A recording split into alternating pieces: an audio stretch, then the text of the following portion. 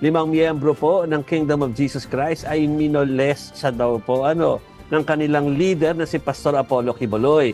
Davao City Police sinasabing verified na po nila ang mga alegasyon laban nga sa pastor. Ang mga biktima naku, medyo seryosong krimen to.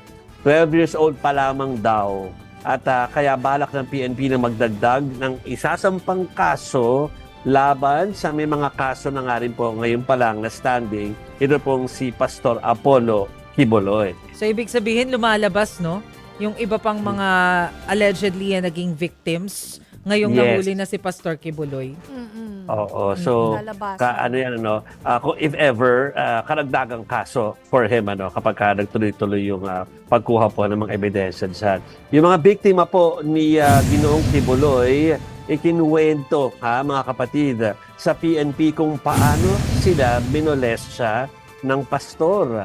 Sinasabi raw sa kanila ni Quiboloy na ang pakikipagtalik sa kanya ay para na rin pakikipagtalik sa Espiritu ng Diyos. Ang hirap pong sabihin yung na yun, sentence na yun. Napag-alaman din ng mga pulis na may schedule daw ang mga biktima at paulit-ulit daw sila kay Quiboloy. Ang depensa naman ng kampo ng pastor, planted lamang ang ebidensya.